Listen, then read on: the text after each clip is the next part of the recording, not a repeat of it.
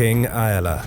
Historians know of at least 3 historical figures who may have suffered excruciating ends at the hands of the Vikings. One is the famous King Aella of Northumbria, another is Halfdan, son of Harald Finehair, King of Norway, and the last is King Melgwalai of Munster. Each of these deaths came in the late part of the 9th century or the 10th century. This was in the final years of Viking rule, in the last days of Viking invasions of Europe. The excruciating end is the Blood Eagle, a brutal ritual sacrifice that may or may not have actually happened. It's very hard to find proof. Medieval expert J.M. Wallace Hadrill believes it really happened. The most famous victim is definitely Aella of Northumbria. He was captured by Iva the Boneless, the most feared Viking who ever lived. Ivar was the son of Ragnar Lodbrok, the brave Viking who organized the sacking of Paris in 845. Ragnar was shipwrecked off the coast of Northumbria, a part of England ruled by the Anglo-Saxons. He was captured by the local king and then tossed into a pit of vipers. The death of Ragnar was atrocious and horrific, and Ivar wanted to up the ante with his father's killer. Ivar brought the great Viking horde to England's shores and defeated King Aella, and then he gave him a blood eagle. This involved severing his ribs from his spine, pulling out the king's lungs through the new opening, and then stretching the lungs to create a pair of wings. This gave the gruesome vision of a bloody eagle, and it was so excruciating it's extremely doubtful the king lived to see it through. Vlad the Impaler. Vlad the Impaler died in a horrific fashion, in a way that truly echoed the violence of his life. Vlad the Impaler's real name was Vlad Tepes, son of Vlad Dracul and ruler of Wallachia. This was a powerful region in Romania and one that was frequently at war with the Ottoman Empire during the Middle Ages. Vlad was part of a Christian military organization known as the Order of the Dragon. Vlad, like his father before him, believed God wanted him to defend Wallachia from its enemies and from the godless people of the Ottoman Empire. Vlad and his brother were taken as hostages by the Ottomans as children. His brother Radu accepted his fate and converted to Islam. Vlad did not. Upon his release, he vowed to destroy the very people who kidnapped him. He sided with the Hungarians, became the leader of Wallachia in 1448, and fought. Although later that year, he was defeated and forced into exile. Vlad is mostly famous these days for his impalements. When he came back into power after his brief exile, he began impaling people on spikes and leaving them around his kingdom. It was a kind of psychological warfare. He impaled people who broke laws, nobles who conspired against him, and any enemy he could capture. But although he was brutal, he also worked hard to stabilize his nation and protect his people from invaders. In December of 1476, Vlad was captured by the Ottomans, decapitated, and his head was sent to Constantinople as a trophy. Pharaoh Sekhmet.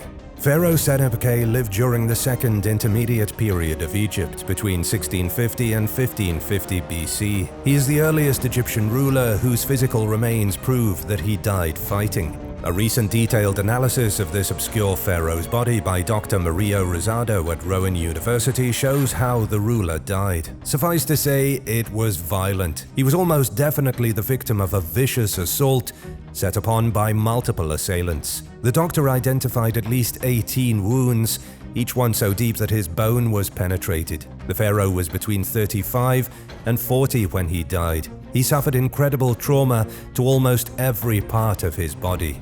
Cuts to his feet, knees, back, and even hands. He took 3 major blows to his skull, being hit so hard the doctor was able to trace the curvature marks the battle axes left in his bone. He either died during a military confrontation in battle, ganged up on by enemy soldiers, or in an ambush. Sadly, the Second Intermediate Period of Egypt was kind of like the Dark Ages in Egypt. We don't know much about what happened, as a lot of Egypt was in chaos and turmoil, and there wasn't much record keeping. Pharaoh Sekhmet was one of the most influential warrior kings who rose to the throne during this hard time. He may have died fighting the Nubians, who historians believe tried to move up into Egypt during this tumultuous period. And now for number 8, but first it's shout-out time. Big thank you to Jorge Gonzalez Laramendi 5491 for the super thanks. Be sure to subscribe to join the Origins Explained family. Herod the Great. Herod the Great was a ruthless king who lived over 2,000 years ago in the 1st century BC. He was the ruler of ancient Judea, a biblical villain, and a man who killed his own children. Historians say Herod killed at least 3 of his sons, drowned the brother of one of his wives, and later killed his favorite wife. He was also the one behind the massacre of the innocents, an event described in the Gospel of Matthew. Herod heard that a new king of the Jews had been born in Judea, and so he ordered that every male infant in Bethlehem under the age of 2 be slaughtered. When Herod realized that he was about to die himself, he directed all the most important men in his nation to be gathered in one spot and then killed. That way, nobody would celebrate his passing. It's sometimes hard to distinguish fact from fiction when dealing with historical figures who both existed and were in the Bible. One thing that's for certain is that Herod was awful, and his death was equally as terrible. He died at the age of 69 around the year 1 BC from chronic kidney disease complications. Jan Hirschman, a practicing doctor in Washington, says it would have been incredibly painful. The kidney problems would have caused intense itching, convulsions, and gangrene of the king's private region. It's believed that after contracting gonorrhea leading to an infection of his urethra, bacteria spread through the king's body. He suffered a truly miserable death. By the time he passed on, he was likely so gangrenous he had maggots feeding on the tissue of his rotting nether regions. King Bela I. King Bela I, also known as King Bela the Boxer or King Bela the Wizened, ruled Hungary from between 1060 and 1063. The story of his rise to power is one of jealousy and vengeance. In the year 1031, his father was executed and Bela, real name Adalbert, fled to Poland. There he married the daughter of the Polish king Mieszko II Lambert, and everything was going fine. But soon his brother Andrew, who had taken a throne in Hungary, invited him back to his home country to help rule the kingdom. It was a great gig, but things started to get tense. The relationship between Adalbert and his king brother Andrew suffered when Andrew crowned his son Solomon as the king of Hungary. This was in 1057. Furious, Adalbert used his connections in Poland to rebel against his brother and kick him off the throne in 1060. For the next 3 years, King Bela ruled a prosperous empire. He introduced monetary reform and squashed a rebellion that was trying to restore paganism and abolish Christianity. His bizarre death came at the hands of his very own throne. While the king was sitting on his throne one day, it collapsed and he died from his injuries. Phalaris. Phalaris was the tyrant of Akragas, located in modern Sicily. The ancient ruler was known for his cruelty. He lived in the 6th century BC and allegedly roasted his enemies alive in a bronze bull. Maybe you've heard of this despicable torture device before. It was created by one of Phalaris' subjects, a man named Perillus. The device was a life-size statue of a bull cast entirely in bronze, but with a hollow inside, connected to a series of pipes. A victim could be placed inside the hollow part of the bull, and then a fire was ignited underneath. The person inside would be roasted alive, while their screams were amplified by the pipes twisting out from the bull's bowels. According to legend, Phalaris was so disgusted by the invention that he had Perillus, the very person who invented it, executed inside of it. Then in the year 554 BC, after years of cruelty, he was overthrown. The new ruler of Akragas, Telemachus, then supposedly had Phalaris roasted alive in his own bronze bull as a kind of sick and ironic judgment. Emperor Jovian. Emperor Jovian Augustus ruled the Roman Empire for a whopping 8 months. He started in late 363 and died in early 364 AD. His rise to power was spectacular. He began work as a guard, climbed the ranks to commander, and was traveling with Emperor Julian the Apostate when he died in Mesopotamia. There was some confusion with the names Jovian and Julian, and when the party returned to Rome, Jovian played the part of emperor. Nobody is sure if he was a close friend of Julian or if the closeness of their names earned him the title. Whatever the case, it was not good for pagans. Jovian was a devout Christian and immediately ended pagan practices and reinstated Christianity. He banned religious activities that were not Christian and set about punishing anyone who worshipped the ancestral gods. He ordered libraries to be burned, and Christians loved him for it. He became wildly popular with the rising ranks of Christian power people in the Roman Empire and likely would have lived a long time if not for what happened.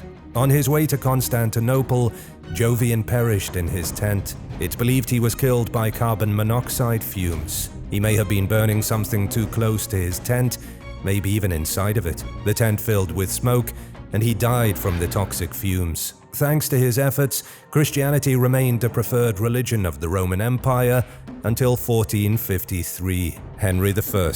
In the history of England, there have been 8 kings named Henry. The first, appropriately named Henry I, was the only one killed by slimy fish. King Henry was the youngest son of William the Conqueror, and he took the crown for himself in the year 1100. It's not clear how, but there are rumors that King Henry played a pivotal role in the deaths of at least one sibling.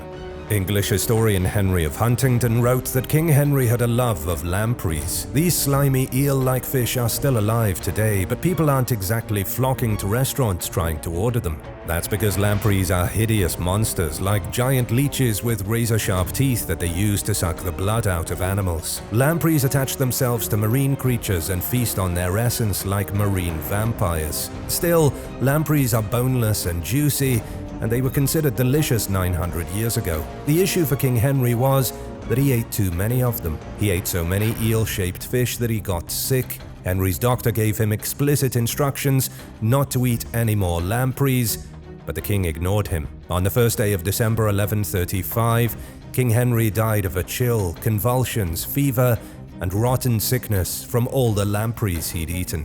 Emperor Commodus. Emperor Commodus died by strangulation in 192 AD.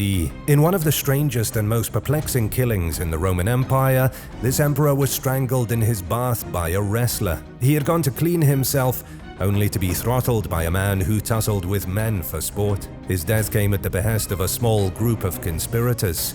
The emperor's mistress, Marcia, was at the head of this group. She was helped by a Praetorian prefect named Aemilius Laetus and the emperor's chamberlain. This was not the first time someone had tried to assassinate the emperor. When we look at what Emperor Commodus did in his life, it's not hard to see why people wanted him dead.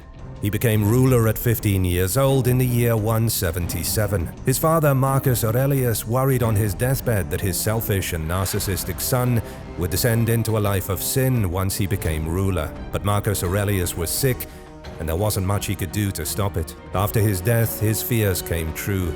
Commodus stopped fighting his father's war against the troublesome tribes in the north, returned to Rome, and immediately devolved into a life of debauchery. The first person to try and kill the emperor was his wife, Annia Lucilla. Several senators got in on it, and attempt after attempt failed. All the while, Rome was falling to pieces because Commodus was corrupting the government day after day. Every important position was given to a friend. He didn't care at all about the Roman people, and it was utter anarchy. Finally, his own mistress arranged for him to be strangled in his bath on December 31st, 192. His bloodline died with him. Alexander the Great. Alexander the Great conquered the world by the time he was 30. In his short life, he became the greatest king Macedonia had ever seen.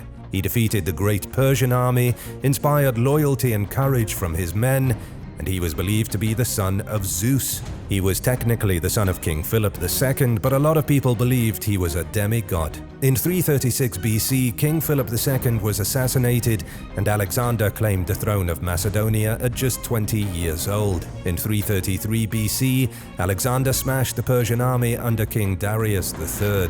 When it became obvious Alexander was going to win the battle, the king fled and left his wife and family behind. The Persian king's mother was so embarrassed that she disowned Darius and adopted Alexander as her new son.